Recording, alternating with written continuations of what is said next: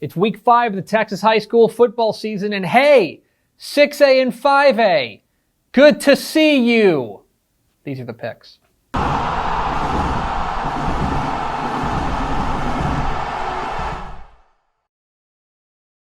Welcome into the picks presented by Visit Arlington, your guide to the Texas high school football weekend. My name is Greg Tepper of Dave Campbell's Texas Football and TexasFootball.com. Thank you so much for tuning in to the first full week of the 2020 Texas high school football season. For the first 4 weeks of the year, it's been only 4A and below allowed to play. But now, some, but not all, the 6A and 5A squads, the two largest classifications in Texas high school football, can join the party. And we're happy to see the big schools out there because, look, it's been a while since we've seen a full week of Texas high school football. How long, in fact? 46 weeks. That's how long it's been since week 11 of 2019. 46 weeks we've been waiting for all the classifications to be eligible to play games. Well, here we are, and we're celebrating it in a big, big way. Huge games all across the state in every classification. We start outside Houston.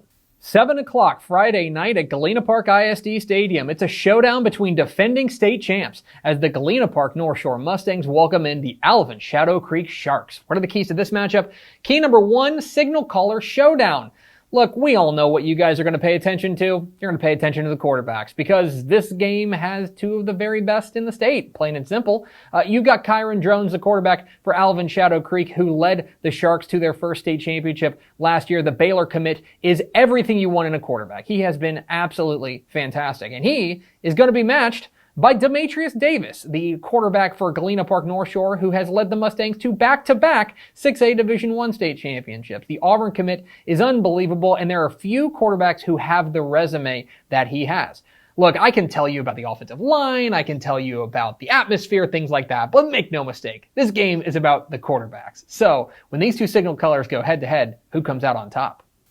Key number 2, nuts and bolts. Okay, we talked about the superstars, right? Now let's talk about everything surrounding those guys because that's kind of a work in progress for both of these teams. For Shadow Creek, last year the defense was really the calling card for that state championship squad, and they got linebacker Terrence Cooks back, but he's one of just 3 starters back from that defense. This is going to be a very young, pretty inexperienced defensive side for the Sharks. On the other hand, for North Shore, there's going to be all eyes on the offensive line because they've got to retool that unit on the fly. So, while the superstars take center stage, who can rebuild the nuts and bolts of their team quicker? And key number 3, welcome to 6A. So Shadow Creek is the defending 5A Division I state champs, and they are making the move up to Class 6A in the most recent realignment into the largest classification, and right out of the gates, they're playing probably the best team in 6A in the 2-time defending 6A Division I state champs. Now, Shadow Creek has only played 4 games in their history at a varsity level against 6A teams. They played Humble Summer Creek each of the last 2 seasons, and they played A-Leaf Elsick each of the last 2 seasons. Those 4 teams combined to go 15 and 18. Not quite exactly up to snuff with what they're going to face on Friday night. So, in what is fundamentally their 6A debut, how does Shadow Creek handle it? Who am I picking? I'm going with North Shore. I'm going with the 2-time defending 6A Division I state champs who are going to have the unbelievable pass-catch duo of Demetrius Davis and the returning Shadrack Banks, who is back from an injury that cost him basically his entire junior season. Furthermore, I just think that this is a really tough test for Shadow Creek right out of the gates. Now, look, they have made a history of making anyone who doubts them look silly. Remember, they're 31-1 all-time as a varsity program. But I don't know if they've ever played a team quite like North Shore. I do think this game is close, may come down to the final possession, but I think North Shore ekes out a win. From Houston to Arlington, 4 p.m. Friday afternoon at AT&T Stadium in Arlington. It's a 6A versus 5A clash as Arlington Martin takes on Denton Ryan. What are the keys to this matchup? Key number 1, Ryan's Superstars. So this is the first of a doubleheader at AT&T Stadium celebrating the UIL's 100th anniversary. Both games are going to be televised live on Fox Sports Southwest as part of Texas Football Days, and Ryan brought out the Superstars for the occasion. Everywhere you look on this Denton Ryan roster, you see stars. Whether it's Billy Bowman or Jatavian Sanders or Seth Hennigan or DJ Arkansas, this team is absolutely loaded with superstars. Now, it's one thing to have those superstars on paper. It's another thing to make it count in the game. So, in week 1, can Ryan's stars step up? Key number 2, Martin's offensive line. So Zach Mundell is the returning starting quarterback for Arlington Martin, and I think he is woefully underrated. This guy is really, really strong. But one of the things that I'm going to have my eyes on in this game is going to be up front in front of Zach Mundell, because this is a Martin offensive line that must replace 4 of their 5 starting offensive linemen. They have left tackle Jack Backard back, and he is going to be the anchor for this offensive line, but the rest of it, kind of a question mark. So Martin's got the playmaker. Can they protect him? That's a big question in this one. And key number 3, truly special teams. So you've got 2 teams here and 2 coaches, and Bob Wager at Arlington Martin and Dave Hennigan at Denton Ryan, who are almost like obsessed with special teams. Both of these guys spend a lot of time thinking about and perfecting their team's kicking game, and it comes through in a big way. I mean, usually it wins a game for each of these teams every single year on the strength of their special teams. And this year, it looks like it's no different. Arlington Martin has an outstanding kicker in Caleb Davidson. Meanwhile, Denton Ryan does have to replace their kicker and their punter, but they have an outstanding return game going back to those superstars that I mentioned earlier. So, in week 1, when usually teams are struggling with special teams, can these 2 special teams aces come through? Who am I picking? I'm going with Denton Ryan. The number 1 team in 5A Division I gets the nod here on the strength of their superstars, most notably Jatavian Sanders and Billy Bowman. I think that they are going to be able to take over this game and make some big plays. Now, for Martin, I think their defense has a chance to be really special. I love this linebacker core that they features, and they may be able to slow them down. But the offensive line has me a little scared, at least in week 1. I think this game is close. It's certainly going to be worth tuning into on Fox Sports Southwest. But I do think that Ryan comes away with a win. 7:30 p.m. Friday night at Jeff Traylor Stadium in Gilmer. It is a scintillating East Texas clash as Carthage takes on Gilmer. So Carthage, the defending 4A Division I state champs who are dropping down to 4A Division II, they haven't played in a month.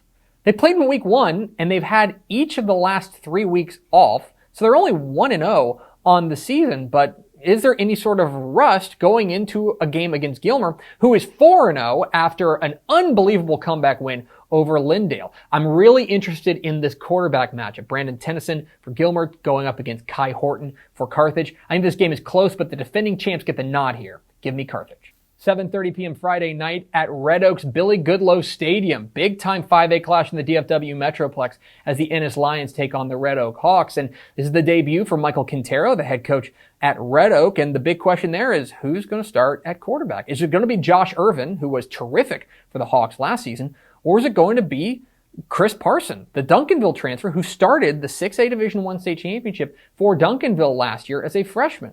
Regardless of who starts, the other side for Ennis is just going to be as interesting. This is a team that starts the year at number 1 in 5A Division II, thanks in large part to their defense, led by defensive end Jarvian Williams. And you know that Sam Harrell's got a quarterback in Colin Drake. This game is dripping with intrigue. Really interested to see how this plays out, but I do think Ennis comes away with a victory. And 8 o'clock, Friday night at AT&T Stadium in Arlington. It's the second half of that AT&T Stadium doubleheader as the Longview Lobos take on the Temple Wildcats, 2 teams that are pretty familiar with one another. Remember, Longview knocked Temple out of the playoffs last year in the first round. Now, Longview does drop down to Class 5A, and it's going to be a different-looking Lobos team. Quarterback Haynes King is gone.